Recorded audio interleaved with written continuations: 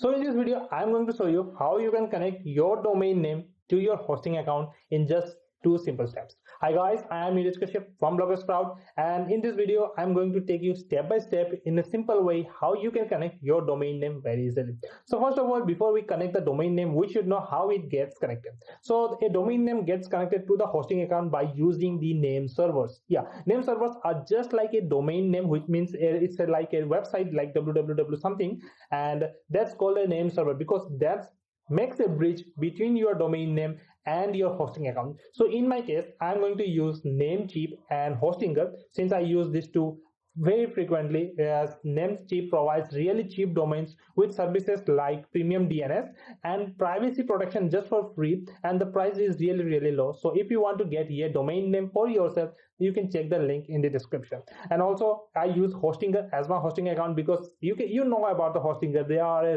very popular company and their pricings are really low, and servers are great for anyone to get started. So if you want to get Hostinger also, the links are in the description.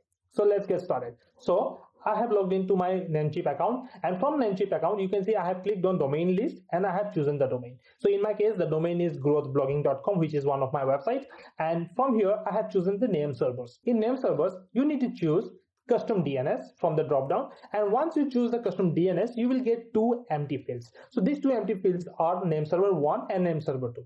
As I have said earlier, that a name server connects your domain name to your hosting account. So in this case, we have to use a name server of our hosting account, which is Hostinger. If you are using some other hosting accounts, then you need to find the hosting account's name server, and you can do it very easily. Just open a Google and type the company's name, since in my case it's Hostinger, followed by name server, and then you can see I got a result which it says here something as ns1.dnsparking.com, and this is the name server. As I said earlier, there should be 2 or more. If you see very carefully, you will also find there is another one domain which is ns2.dnsparking.com. You just need to copy this.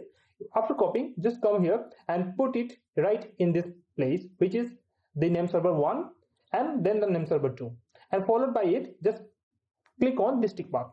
Once you have done this, the step 1 is completed. Now we need to move to the second part. So the first part is connecting the domain name to your hosting account, and the second part is confirming the domain name from your Hostinger account. So now we have to log in to our Hostinger account, and then we have to click on add new website. Once we clicked on the add new website, you just need to fill in the website's name and an FTP password. Normally choose a great password because FTP details allow access to your website to anyone who has this password. So choose a very strong password, and once you have done with this, now click on add website. Once you click on website, the Hostinger's panel will verify it whether the domain name is pointing to the particular name server. If the particular name server is found with your domain name, the account is verified and it will show something like this. So to confirm whether your domain name has been properly configured, just copy your domain name and open it in a new tab.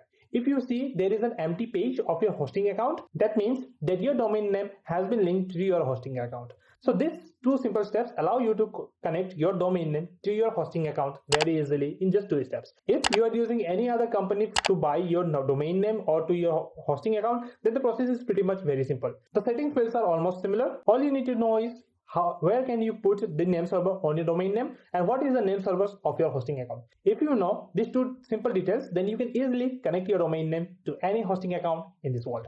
So that's it for this video. If this video has helped you, click on that like button, and for more informative videos on blogging, SEO and WordPress, subscribe to this channel BloggerSprout, and I will meet you guys on my next video. Till then, peace and keep blogging.